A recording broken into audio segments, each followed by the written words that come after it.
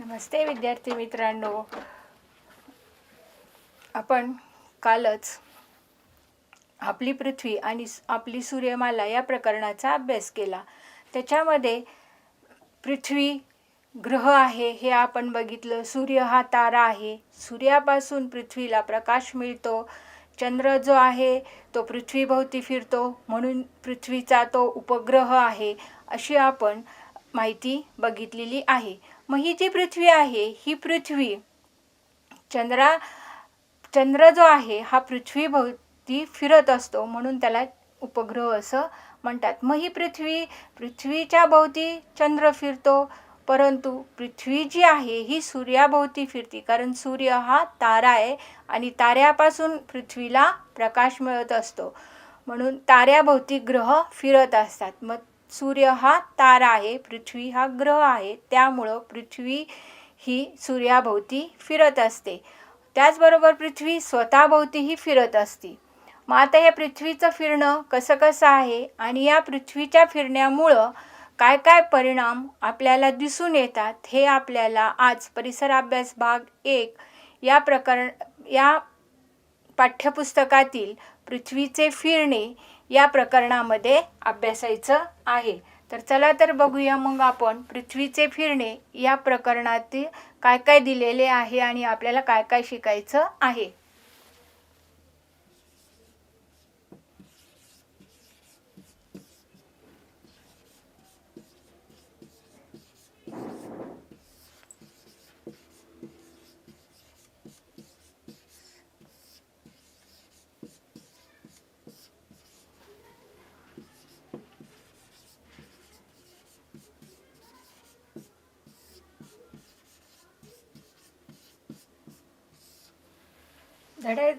धड्याचं नाव बघा, अगदी सोपं आहे. पृथ्वीचं फिरणं. पण हे नुसतं फिरणं नाही आहे, तर या पृथ्वीच्या फिरण्यामुळं काय काय परिणाम होतात हे आपल्याला अभ्यासायचं आहे. विद्यार्थी मित्रांनो, तुम्ही जर एक भोवरा घेतला आणि तो भोवरा तुम्ही फिरवत असतात. बघा, आता हा भोवरा आहे, ह्या भोवऱ्याला हा मधोमध काय आहे, अक्ष आहे, आणि त्याला खाली एक लोखंडाचं छोटंसं टोक आलेलं तुम्ही बघतात, आणि त्या टोकावरच हा जो भोवरा आहे, हा आपला भोवरा काय होत असतो, फिरत असतो. हा भोवरा आपला फिरत असतो. भोवरा कशाभोवती फिरतो, तर हा भोवरा जो आहे हा अक्षाभोवती फिरत असतो. मग पृथ्वी सुद्धा भोवरा स्वतःभोवती फिरतो. स्वतःभोवती फिरणारी कोणती वस्तू प्रत्यक्षात एका अदृश्य रेषेभोवती फिरत असते. म्हणजे हा भोवरा जेव्हा फिरतो तेव्हा त्या भोवऱ्यामध्ये असणारा अक्ष तुम्हाला दिसत नाही, म्हणून अदृश्य रेषेभोवती फिरत असतो. वस्तूच्या स्वतःभोवतीच्या फिरण्याला परिवलन असं म्हणतात. म्हणजे वस्तू जेव्हा स्वतःभोवतीच फिरते तेव्हा त्या गतीला परिवलन असं म्हटलं जातं. वस्तू ज्या अदृश्य रेषेभोवती फिरते त्या रेषेला त्या वस्तूचा अक्ष असं म्हणतात. ज्या अदृश्य रेषेभोवती वस्तू फिरते त्या रेषेला त्या वस्तूचा अक्ष असं म्हणतात. मग हा भोवरा आहे, हा भोवरा या रेषेभोवती फिरतो, म्हणून याला आपण म्हणतो अक्ष. त्याचप्रमाणे पृथ्वी जी आहे ही स्वतःभोवती फिरते. स्वतःभोवती फिरता फिरता ती सूर्याभोवतीही फिरत असते. मग हे पृथ्वीचं परिवलन कसं असतं हे जर आपल्याला अभ्यासायचं असेल तर आपण काय करूयात,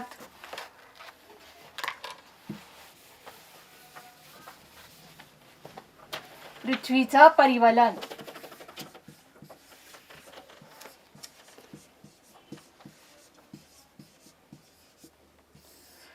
पृथ्वीचं परिवलन हे जर आपल्याला अभ्यासायचं असेल तर काय करायचं बघा. एक पृथ्वी गोल आपण घ्यायचा, तो कोणत्या रेषेभोवती परिवलन करतो ते पाहायचं, आणि तो बघत असताना त्याला एक ओळंबा बांधायचा आणि पृथ्वी गोलाजवळ तो धरायचा. तुम्ही हे घरी सुद्धा करू शकता. जर तुम्ही एक बॉल घेतला आणि तो जर थोडासा एक बॉल घ्यायचा किंवा एक चेंडू घ्यायचा आणि तो चेंडू जर तुम्ही फिरवलात तरीसुद्धा थोडासा त्याचं परिवलन कसं असतं ते अभ्यासायचं आहे. बघा, ओळंबा पृथ्वी गोल घ्यायचा, तो फिरवून बघायचा, तो कोणत्या रेषेभोवती परिवलन करतो ते बघायचं. एक ओळंबा घ्यायचा आणि तो ओळंबा पृथ्वीच्या गोलाजवळ धरायचा. मग आता बघा, ही जी पृथ्वी आहे, ही पृथ्वी आहे. या पृथ्वीच्या इथून जर आपण असा ओळंबा धरला, ओळंबा म्हणजे काय तर एक दोरा घ्यायचा आणि त्या दोऱ्याला एखादी जड वस्तू बांधायची. त्यामुळं काय होतं तर तो दोरा जो आहे तो या खालच्या वजनामुळं काय होतो, स्थिर राहतो. ओळंबा आणि पृथ्वीचा अक्ष या दोन रेषा एकमेकांशी कोन करतात असं तुमच्या लक्षात येईल. हा जो आहे हा पृथ्वीचा अक्ष आहे, हा जो आहे हा पृथ्वीचा अक्ष आहे, हा जो आहे हा पृथ्वीचा अक्ष आहे, हा जो आहे हा ओळंबा आहे. मग हा जो ओळंबा आहे हा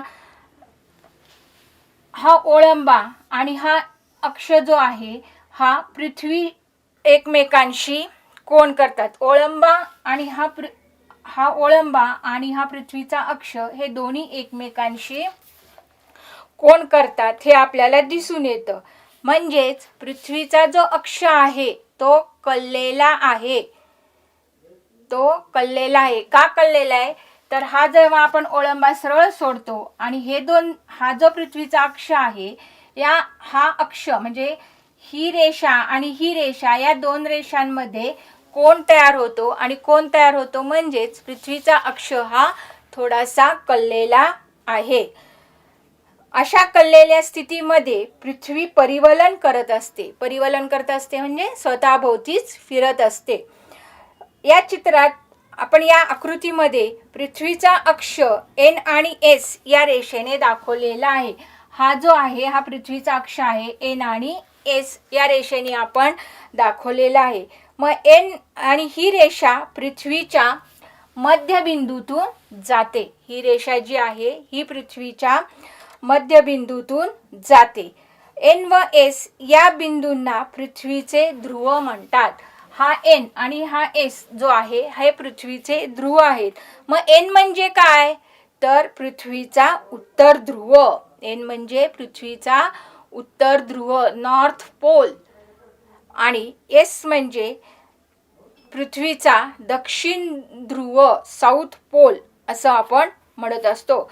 म्हणजे एन हा आहे तो उत्तर ध्रुव आहे, एस जो आहे हा दक्षिण ध्रुव आहे. उत्तर आणि दक्षिण ध्रुवाच्या मध्यावर पृथ्वीच्या पृष्ठभागावर एक वर्तुळ काढल्यास पृथ्वीचे दोन समान भाग होतात.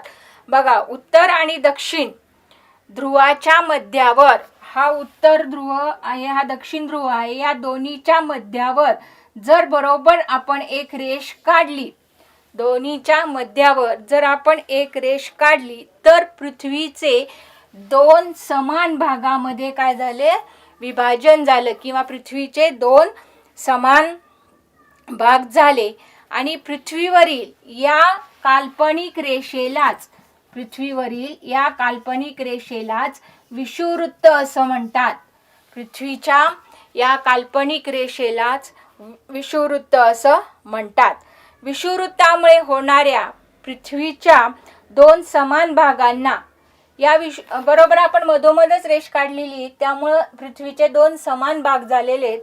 आणि विषुववृत्तामुळे होणाऱ्या पृथ्वीच्या दोन समान भागांना उत्तर गोलार्ध आणि दक्षिण गोलार्ध असं म्हणतात. गोलार्ध, अर्धा गोल जो दक्षिण भागात, अर्धा गोल जो दक्षिण भागात आहे त्याला दक्षिण गोलार्ध म्हणतात. अर्धा गोल जो उत्तर ध्रुवात आहे त्याला उत्तर गोलार्ध असं म्हणतात. हे झालं पृथ्वीचं परिवलन. आता आपल्याला बघा एक सोपा आणि छान प्रयोग करून बघायचा. आता सुट्टीच आहे, तुम्ही घरी प्रयोग करून हा बघायचा. पण प्रयोग करत असताना थोडीशी काळजी घ्यायची. काळजी घ्यायची. बघा आता काय आहे प्रयोग, तर काय करायचं, एक मोठा टेबल घ्यायचा, एक मोठा टेबल घ्यायचा, टेबलच्या मधोमध एक मेणबत्ती ठेवायची, टेबलच्या मधोमध काय करायचं, एक मेणबत्ती ठेवायची, मेणबत्तीच्या भोवती एक वर्तुळ काढायचं, मेणबत्तीच्या भोवती काय करायचं, एक वर्तुळ काढायचं आणि या वर्तुळाच्या एका बिंदूवर पृथ्वी गोल ठेवायचा. या वर्तुळाच्या कोणत्याही गोलावर काय करायचं, हा आपला पृथ्वी गोल ठेवायचा. मेणबत्ती पेटवा, मेणबत्ती काय करायचं, पेटवायची आणि खोलीमधील सर्व प्रकाश नाहीसा करायचा, खोलीमध्ये अंधार करायचा. मेणबत्ती म्हणजे सूर्य आहे असं समजायचं, कारण मेणबत्तीपासून आपल्याला काय मिळतो, उजेड मिळतो. पृथ्वी गोलाच्या कोणत्या भागावर उजेड पडतो याचं तुम्ही निरीक्षण करायचे आणि कोणत्या भागावर उजेड पडत नाही याचं सुद्धा तुम्ही काय करायचे, निरीक्षण करायचे. असं जर तुम्ही निरीक्षण केलं तर तुम्हाला असं दिसून येईल की पृथ्वी गोलाकडे उत्तर ध्रुवाकडून पाहायचं, पृथ्वी गोलाच्या उत्तर ध्रुवाकडून जर आपण पाहिलं असता आणि घड्याळाच्या काट्याच्या विरुद्ध दिशेने, घड्याळाचे काटे असे फिरतात पण ही पृथ्वी आपल्याला कशी फिरवायची, अशी विरुद्ध दिशेनं फिरवायची आहे, विरुद्ध दिशेने फिरवली. आपली पृथ्वी ही स्वतःभोवती याच दिशेने म्हणजेच पश्चिमेकडून पूर्वेकडे फिरते. पृथ्वी गोलाचे विविध भाग क्रमाक्रमाने उजेडात येतात, जशी जशी ती फिरत जाईल तसा काही भाग हा उजेडात येत जाईल. ज्या भागावर उजेड पडतो तेथे दिन म्हणजे दिवस असतो आणि ज्या भागावर उजेड पडत नाही तिथं रात्र असते. म्हणजे पृथ्वीच्या परिवलनामुळे काय होतं, दिवस आणि रात्र होत असतात. बघा म्हणजे ज्या भागावर उजेड पडतो त्या भागामध्ये दिवस असतो, ज्या भागावर उजेड पडत नाही तिथं रात्र असते. मग आता याच्यानंतर दुसरा एक अजून सोपा प्रयोग करायचे. बघा तो कशासाठी करायचे, तर सूर्यास्त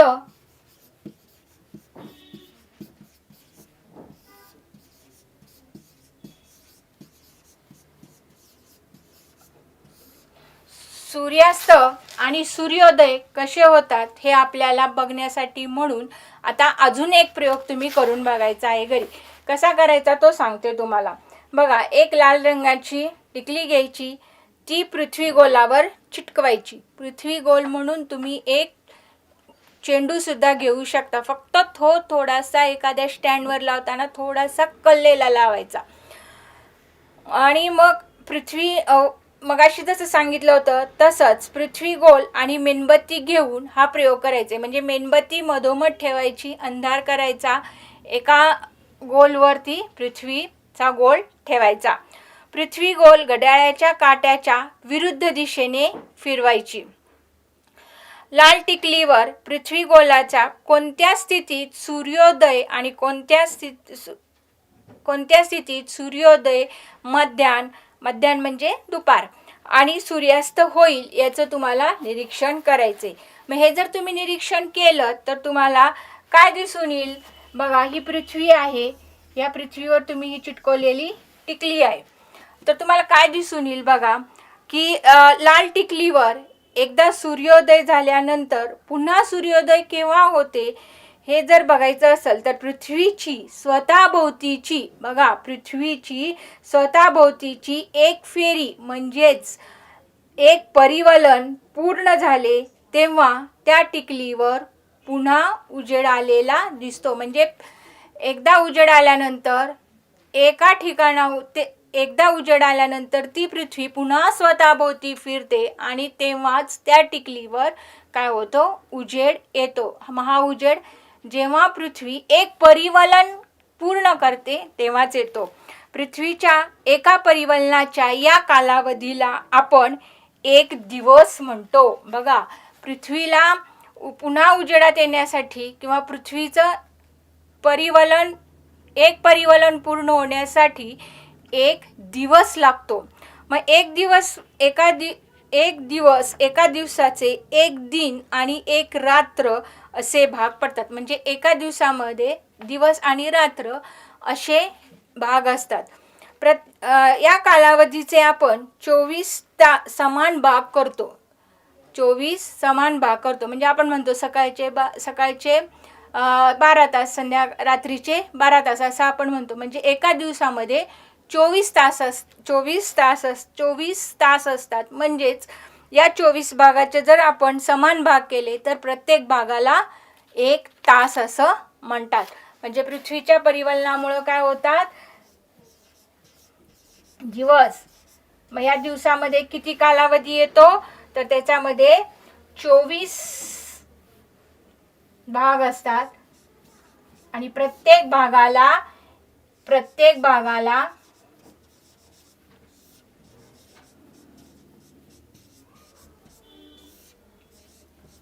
1 तास असं म्हणतात. प्रत्येक भागाला 1 तास असं म्हणतात. मग आता आपण बघा काय काय बघितलं. दिवस रात्र बघितले, सूर्योदय सूर्यास्त, मध्यान्ह बघितलं. मग आता याच्यानंतर पुन्हा आपल्याला वर्ष कसं असतं ते पण बघायचं आहे. आणि हे सर्व जे होत असतं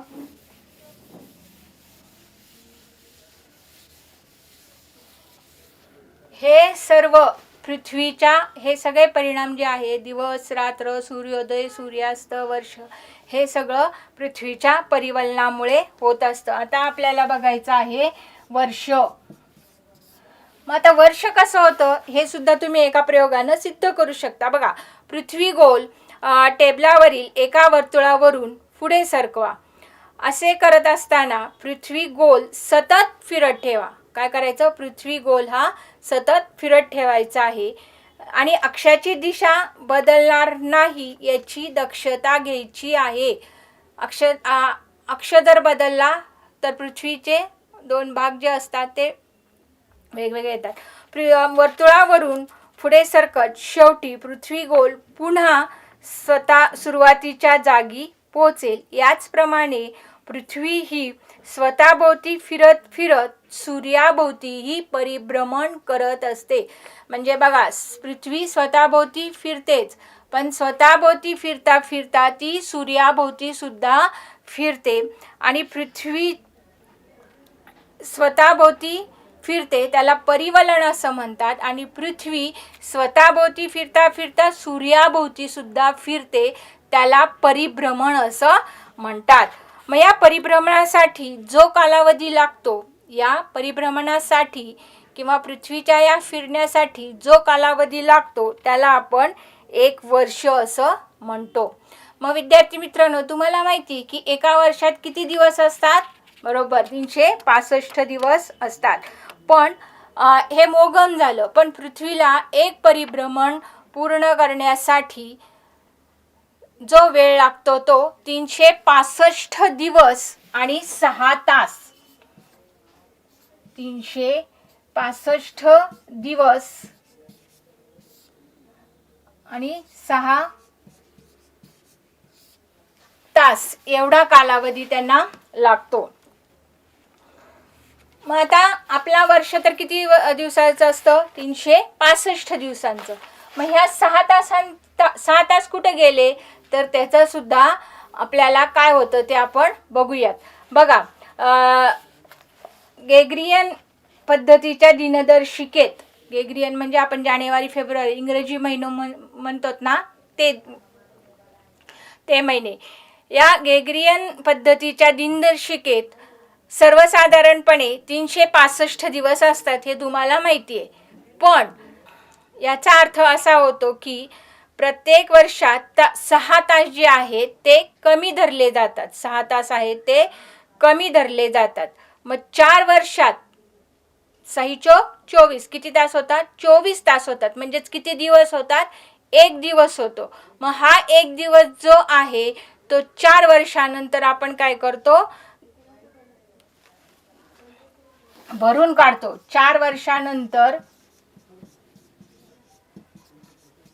हा एक दिवस जो आहे तो आपण भरून काढतो. आणि मग त्या वर्षाला आपण काय म्हणतो? त्या वर्षाला आपण लीप वर्ष म्हणतो. बघा आता हे 2020 साल जे चालू आहे हे लीप वर्ष आहे. काय लीप वर्ष आहे? तर आपण म्हणतो लीप वर्षाला 4नी भागायचं, म्हणजे मग 4नी पूर्ण भाग गेला तर ते लीप वर्ष असतं. मग ते 4नी का भागायचं? तर त्याचं उत्तर हे आहे की पृथ्वीला परिभ्रमण करण्यासाठी 365 दिवस आणि 6 तास लागतात. उरलेले हे 6 तास भरून काढण्यासाठी म्हणून 4 वर्षानंतर 6 × 24 एक दिवस येतो आणि तो दिवस भरून काढण्यासाठी 4 वर्षानंतर हे लीप वर्ष येत असतं. मग या लीप वर्षामध्ये काय असतं? तर आपला फेब्रुवारी महिना हा 28 दिवसांचा असतो, पण लीप वर्षामध्ये तो 29 दिवसाचा असतो. म्हणजे लीप वर्षामध्ये फेब्रुवारी महिन्यामध्ये 29 दिवस असतात. मग या लीप वर्षामध्ये एकूण 365च्या ऐवजी किती दिवस असतील? बरोबर 366 दिवस असतील. आता बघा, तुम्ही मागच्या इयत्तेमध्ये शिकलेले आहेत की पृथ्वीवर दिन आणि रात्रीचा कालावधी सारखा नसतो. म्हणजे दिवस आणि रात्र हे सारखे नसतात. हे तुम्ही मागच्या इयत्तेमध्ये शिकलेले आहात. पृथ्वीचा आस कललेला असल्यामुळे मगाशीच आपण बघितलं की एन आणि एस ही रेषा थोडीशी काय होती? कललेली होती. मग ही जी रेषा, हा जो पृथ्वीचा आस आहे हा कललेला असल्यामुळे पृथ्वीच्या परिभ्रमणामुळे हा फरक पडत असतो. 22 मार्च बघा, 22 मार्च ते 23 सप्टेंबर या काळात उत्तर गोलार्धात दिनमान जास्त असतो. दिनमान जास्त असतो म्हणजे दिवस जास्त असतो. मग दिवस मोठा असल्यामुळं तिथं साहजिकच काय होणार आहे? उष्णता जास्त असणार आहे. म्हणून या काळात उत्तर गोलार्धात उन्हाळा असतो. याच काळात दक्षिण गोलार्धात मात्र काय जास्त असणार आहे? रात्र जास्त असणार आहे. आणि रात्रमान जास्त असल्यामुळे किंवा रात्र मोठी असल्यामुळे त्या भागामध्ये काय असती? उष्णता कमी असती. त्यामुळे दक्षिण गोलार्धात तिथं हिवाळा असतो. आता बघा पुढचं बघा, उरलेल्या दिवसांचं काय? मग 23 सप्टेंबर ते 22 मार्च 23 सप्टेंबर ते 22 मार्च या काळात दक्षिण गोलार्धात काय असणार आहे? त्याच्या विरुद्ध असणार आहे. दक्षिण गोलार्धात दिनमान जास्त असतं आणि त्यामुळे तिथे उष्णता जास्त मिळते. आणि म्हणून या दक्षिण गोलार्धात उन्हाळा असतो. याच काळात उत्तर गोलार्धात मात्र रात्रमान जास्त असल्यामुळे त्या भागात उष्णतेचं प्रमाण कमी असतं आणि त्यामुळं उत्तर गोलार्धात हिवाळा असतो. म्हणजे 23 सप्टेंबर ते 22 मार्च या काळामध्ये उत्तर गोलार्धामध्ये हिवाळा असतो, तर दक्षिण गोलार्धामध्ये काय असतो? काय असतो? बरोबर, उष्णता म्हणजे उन्हाळा असतो किंवा उष्णता जास्त असते. पण जेव्हा लीप वर्ष येतं तेव्हा या तारखांमध्ये थोडाफार फरक दिसून येतो. आपल्या भारतामध्ये प्रामुख्याने किती ऋतू आहेत? 3. बरोबर, उन्हाळा, पावसाळा, हिवाळा हे 3 मुख्य ऋतू आहेत. आपण वर्षभरात वसंत, ग्रीष्म, वर्षा, शरद, हेमंत, शिशिर असेही ऋतू मानतो. असे 6 ऋतूंचेही चक्र आहे. आपल्या देशात ऋतुमानाशी निगडीत सण आणि उत्सव साजरे केले जातात. विविध गाणी म्हटली जातात आणि खेळही खेळले जातात. बघा, सप्टेंबरमध्ये आपल्या इकडं काय असतं? गणपती असतात. बरोबर आहे. ऑक्टोबर नोव्हेंबरमध्ये काय असतं? थंडीचे दिवस असतात, दिवाळी असते. बरोबर, म्हणजे त्या ऋतुचक्रानुसार आपल्याकडं सणवार आपण साजरे करत असतो. आता पुढचं जे आहे ते आपल्याला बघायचे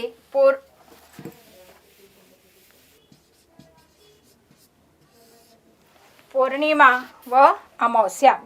अमावस्या तुम्हाला माहिती एका महिन्यात किती दिवस असतात? 30 किंवा 31. बघा मग आता पौर्णिमा आणि अमावस्या.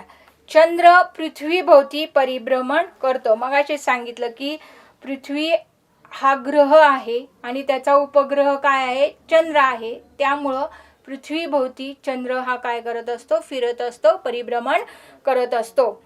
परंतु या दोन भ्रमण कक्षा एकमेकांना छेदतात. या दोन रेषा म्हणजे कोणत्या, पौर्णिमा आणि अमावस्या. बघा आता चंद्र पृथ्वीभोवती परिभ्रमण करतो, चंद्र पृथ्वीभोवती परिभ्रमण करतो, त्याच वेळेला पृथ्वी सुद्धा सूर्याभोवती काय करत असती, परिभ्रमण करत असती. मग अशा वेळेला दोन्ही जे आहेत ग्रह, दोन भ्रमण कक्षा एकमेकांना छेदतात. म्हणून चंद्र, सूर्य आणि पृथ्वी हे एकाच सरळ रेषेत नेहमीच असतात असं नाही. आपल्याला चंद्राच्या पृष्ठभागाच्या पृथ्वीकडील अर्धा भाग दिसतो, म्हणजे पृथ्वीवरून आपल्याला चंद्राची नेहमी एकच बाजू दिसत असते. चंद्र स्वयंप्रकाशित नाही. चंद्राला सूर्यापासून प्रकाश मिळतो. सूर्याचा प्रकाश चंद्रावर पडल्यामुळे तो आपल्याला पृथ्वीवरून दिसतो. पौर्णिमेच्या रात्री आपल्याला चंद्राचा पृथ्वीकडील पूर्ण भाग दिसतो आणि अमावस्येच्या रात्री चंद्राचा कोणताच भाग दिसत नाही. म्हणून बघा, पौर्णिमेच्या दिवशी आपल्याला जास्त प्रकाश दिसतो, चंद्र सुद्धा पूर्ण गोलपणे दिसत असतो. आणि अमावस्येच्या रात्री बाहेर खूप अंधार पडलेला असतो आणि चंद्र पण आपल्याला दिसत नाही. पौर्णिमेपासून अमावस्येपर्यंत चंद्राचा पृथ्वीवरून दिसणारा प्रकाशित भाग कमी कमी होत जातो आणि अमावस्येपासून पौर्णिमेपर्यंत तो वाढत जातो. यालाच आपण चंद्राच्या कला असं म्हणतो. यालाच आपण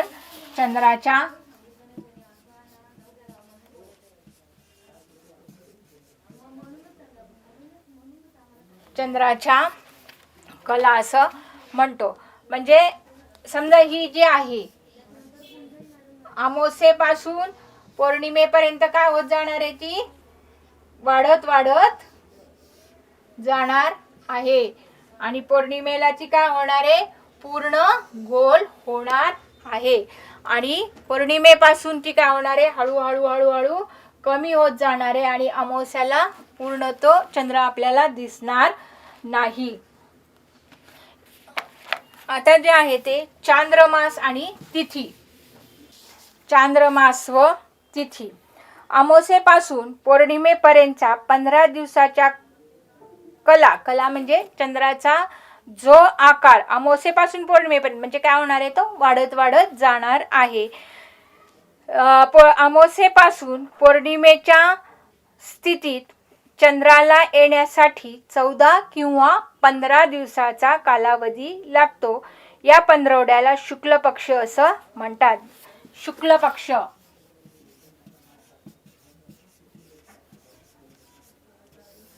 शुक्ल पक्ष म्हणजे काय, तर अमावस्येपासून पौर्णिमेपर्यंत. अमावस्यापासून पौर्णिमेपर्यंत. अमावस्येपासून पौर्णिमेपर्यंत म्हणजे चंद्राचा आकार काय होणार आहे, हळूहळू वाढत जाणार आहे. त्याला शुक्ल पक्ष असं म्हणतात. मग आता तो चंद्राचा जो आकार आहे तो काय होतो, हळूहळू कमी पण होत जातो. मग पौर्णिमेपासून चंद्राचा पृथ्वीकडील प्रकाशित भाग कमी होऊ लागतो आणि त्याला सुद्धा 14 किंवा 15 दिवसाचा कालावधी लागतो. आणि या पंधरवड्याला कृष्ण पक्ष असं म्हणतात. काय म्हणतात, कृष्ण पक्ष. कृष्ण पक्षामध्ये काय येणार आहे, तर पौर्णिमेपासून अमावस्या.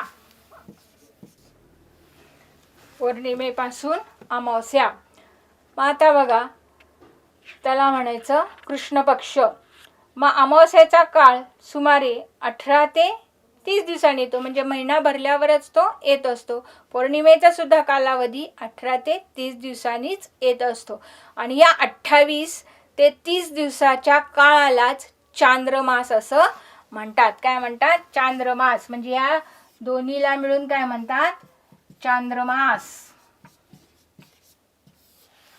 या दोन्हीला मिळून काय म्हणतात? चांद्रमास म्हणतात. आणि चांद्रमासातील प्रत्येक दिवसाला तिथी असं म्हणतात.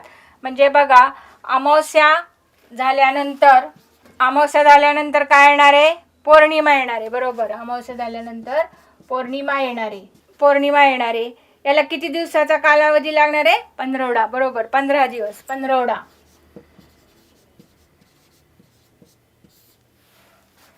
त्याला कोणता पक्ष म्हणायचं? शुक्ल पक्ष. आता पौर्णिमेपासून अमावस्यापर्यंत त्याला काय म्हणायचं? कृष्ण पक्ष असं म्हणायचं. आणि शुक्ल पक्ष आणि कृष्ण पक्ष, चांद्रमास म्हणजेच 1 महिना. म्हणजेच बघा, शुक्ल पक्ष आणि कृष्ण पक्ष या दोन्हींचे मिळून काय होतात? चांद्रमास तयार होतो. म्हणजेच एकूण 30 दिवस तिथं तयार होत असतात. मग आज आपण काय बघितलं? तर पृथ्वीच्या परिवलनामुळे आपण काय बघितलं? आज आपण काय शिकलो? तर बघा, आज पृथ्वीच्या परिवलनामुळे पृथ्वीवर दिवस आणि रात्र होतात. पृथ्वीचे सूर्याभोवतीचे परिभ्रमण आणि पृथ्वीचा कललेला अक्ष यामुळे पृथ्वीवर ऋतू होतात. चंद्राच्या पृथ्वीभोवतीच्या परिभ्रमणामुळे आपल्याला चंद्राच्या कला दिसतात. एका अमावस्येपासून पुढच्या अमावस्यापर्यंतच्या काळाला आपण चांद्रमास असं म्हणतो. चांद्रमास सुमारे 28 ते 30 दिवसांचा असतो. पौर्णिमेला शेवट होणाऱ्या चांद्रमासातील 15वड्याला शुक्ल पक्ष असं म्हणतात. अमावस्याचा शेवट होणाऱ्या 15वड्याला कृष्ण पक्ष असं म्हणतात. आणि चांद्रमासातील प्रत्येक दिवसाला तिथी असं म्हणतात. आता विद्यार्थी मित्रांनो, तुम्ही ह्या ज्या चंद्राच्या कला आहेत याचं आकृती तुम्ही वहीमध्ये काढायची आहे. आणि प्रत्येक काय बघितलं आपण की चांद्रमासातील प्रत्येक दिवस हा एक तिथी असतो. मग एका महिन्यामध्ये कोणकोणत्या तिथी येतात यांची नावंही तुम्ही वहीमध्ये लिहून काढायची आहेत. आणि